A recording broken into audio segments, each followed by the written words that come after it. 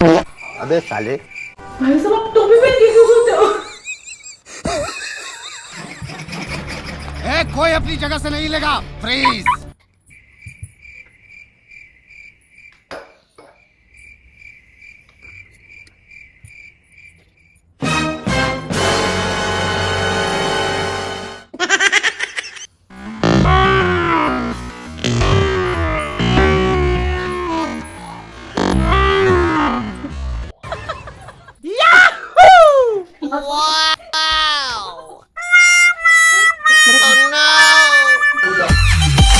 रुको जरा।